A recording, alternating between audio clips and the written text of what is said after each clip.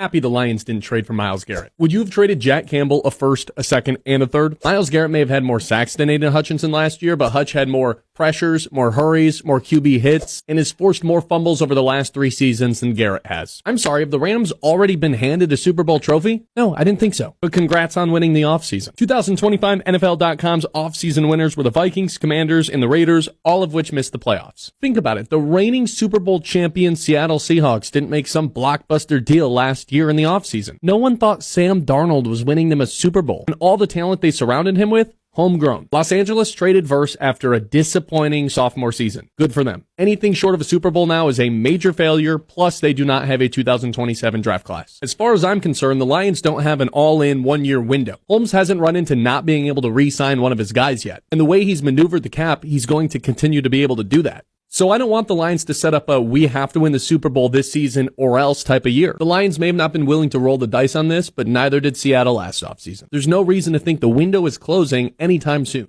There's going to be Lions fans that say, I'm so frustrated. Why can't we go for it? Why can't we do this?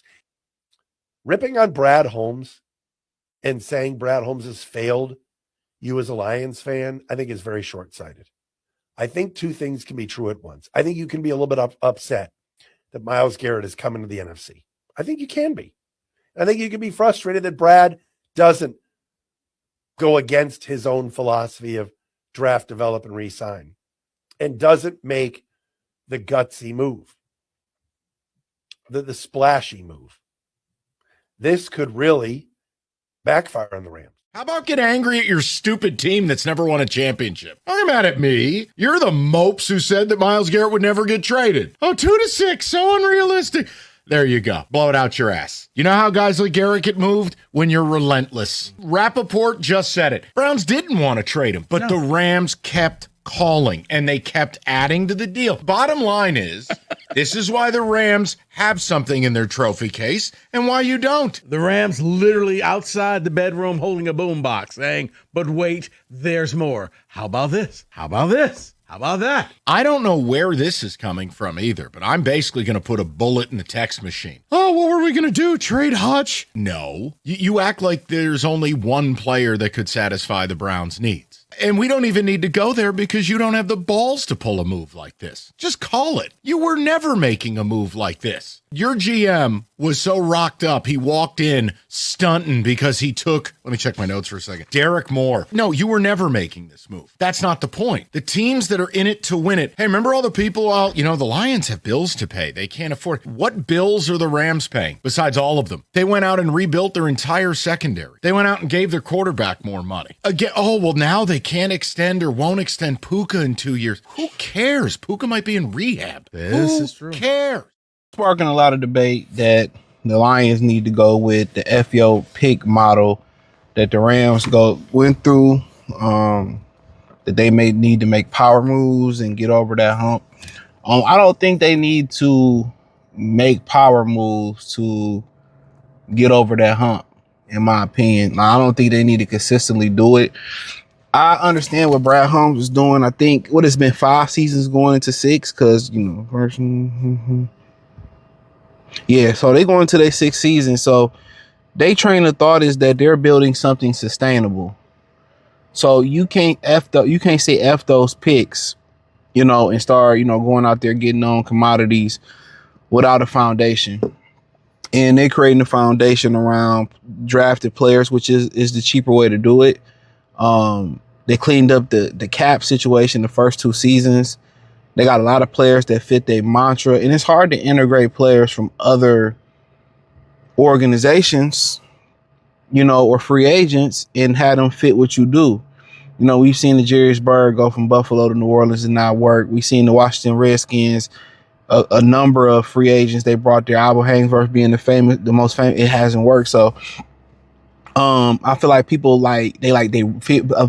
feel like they right there, and they should take those picks and go get known commodities to get over the hump. So, but consistently doing it. I mean, what the Rams have done, they've gambled and they've been successful with the picks they have had, whether it's a 3rd, 4th, 5th round picks.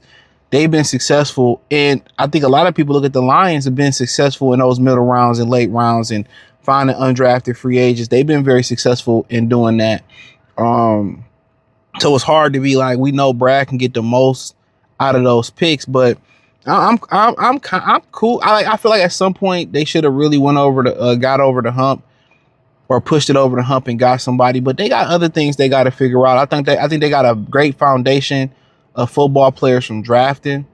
And I think that's what you have to build before you can build an organization of saying F those picks. So think about, since Snead and McVay got there, they had to undo all that Jeff Fisher shit. They had just transitioned not too long ago from St. Louis to LA. I mean, they had to get golf together. That's why McVay was brought in.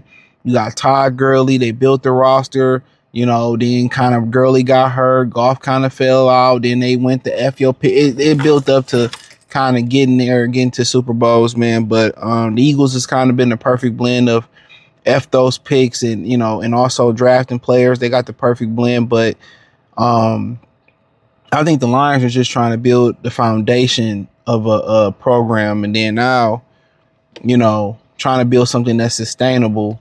But at some point, I feel like, where the Pistons is at, they should have went for it. A lot of people felt like the Tigers was at, they should have put more bats around Scuba. I feel like where the Lions is at, a couple years ago, they should have did it. But now they're in a position, could they get a Josh Sweat or get another veteran? I mean, they could do so. But at this point, we see where they land at this year, where the offensive line at, what Gibbs do. You got Laporta. I mean, you got stars. You got stars in the making. Gibbs, star. J-Mo, if they can get him, Drew Petzing can get him to break out. I mean, Tesla, another year. St. Brown, another year. Offensive line, can they gel? Laporta's going to be huge back for golf. Defensively, can Lee McNeil pop back into where he was at? Aiden Hutchinson get back on track where he was at before the injury. I mean, he was trending that way most of last year. Jack Campbell, he's top dog in middle linebacker right now, and he's still extending. Can your safeties come back and be healthy? I mean, if that can happen, you get some healthy corners. I mean, they're a good football team. They could beat anybody on any given Sunday with that offense. You know what I'm saying? And a healthy defense. But in general, it'd be nice to add a Myles Garrett. It'd be nice to add, a Josh Sweat. It'd be nice to add, a splashy type player. Been nice to go out there and get a quarterback, that can get you over the hump, which that's been a lot of talk. Can golf get you over the hump, or should they win and got Lamar? Or should they win and got Shador? They should have went and got, whoever it may be. Joe Burrow might be on the brinks this year. Buffalo, Josh Allen might be on the brinks this year. Do you go out there, you make a power move? And I think if it boils down to it, if you're gonna make a power move for a superstar type player, and it ain't gonna be named a Myles Garrett or a defensive pass rusher like that, if anything, you're going to make a power move for a guy like a quarterback, a Burrow, a Allen, a Jackson, which they all could be done in their respective teams not too long. I mean, if Josh Allen don't get it done, man, I'm pretty sure he want to get the hell out of there pretty soon, especially if they don't put enough around him. If Lamar Jackson, he trying to get to Miami, but shit, hey, man, we got plenty in the D. And Joe Burrow come right up the street, right up 75, isn't it? You plug them into this. I mean, so they splash move might be getting a quarterback. Who knows? But yeah, power moves need to, it's about time that they make them. But the ultimate power play might be a quarterback. Truth be told, y'all, might be a quarterback. But if usually you make plays like this, it's for quarterback or pass rusher. The deal they gave them was a bunch of picks that's still unknown. Jared Verse is a really good player. I mean, who is you willing to part ways with? Aiden Hutchinson just to get Myles Garrett? Like, come on. We seen Green Bay get, Micah Parsons. He got injured last year. Could he have changed their trajectory? Well, who did they lose to in the playoffs? They lost to Chicago, didn't they?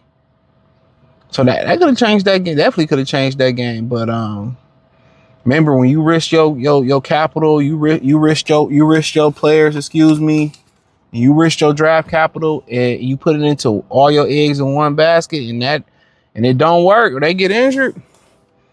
Because what we know, they could trade for Myles Garrett in week 2. He can go for a sack and crack his fucking knee, and it's like, oh shit, you know what I'm saying? That's the beauty of basketball. That's the beauty of football. the glass half empty is it's a high contact, high injury sport. But looking at the glass half empty, half full, you don't. It gives into the it builds the suspense up. It gives you parity, where other leagues don't have that parity. You know what I'm saying? They play 1,000 games so we'll see what happens. But the ultimate power move may be a quarterback. You never know. They might move up for the number 1 pick. They might trade. It's a couple of these quarterbacks that's in flux, bro. Real talk. It's a couple quarterbacks around the league. Lamar, Burrow, Allen. They could be looking for a change of scenery, man. Nobody talking about it. Cincinnati, history could repeat itself like Carson Palmer. Lamar, you're already trying to move. So it can get interesting. But hey, thumbs up the video, share the video, subscribe to the channel. Find me on X, Facebook, Kick, Twitch, Instagram, Spotify, Anchor, Cash App, Venmo, PayPal. Everything is in the link in the description. Appreciate y'all. Let me know what you think in the comment section. Peace.